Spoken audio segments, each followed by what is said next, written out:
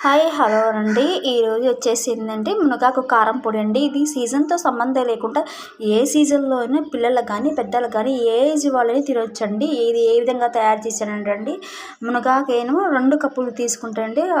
కరివేపాకు 1 కప్పు తీసుకున్నానండి. ఎండుమిర్చి 1 కప్పు తీసుకున్నానండి. మొత్తం మిక్స్ చేసి అందులో కొద్దిగా జీలకర్ర, ఇంకా ఏంటంటే జీలకర్ర, పల్లీలు, మంచెనపప్పు కూడా వేసి ఇట్లా మిక్స్ చేసి కళాయి పెట్టుకొని వేయించుకున్నానండి. వేయించుకున్న తర్వాత పక్కా పెట్టుకుని అందులో కొద్దిగా ఉప్పు వేసినండి. ఈ విధంగా ఉప్పు వేసిన తర్వాత ఏం చేసినంటే చిన్న రోట్లో ఉంటే మా ఇంట్లో దీంట్లో దంచుకున్నానండి. ఏంటంటే రోట్లో దంచుకుంటేనే చాలా టేస్ట్గా ఉంటుందండి.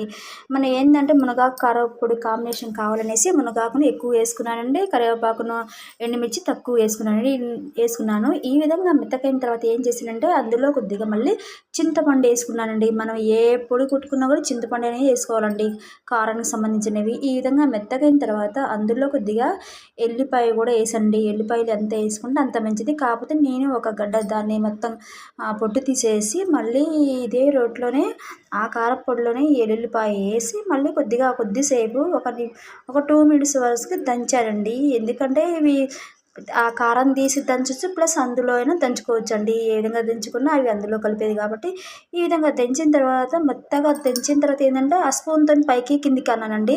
అట్లా అనకపోతే ఏంటంటే అడుగుతే పైకే ఉంటుందండి. ఇది ఏంటంటే చాలా టేస్ట్గా ఉంటుందండి.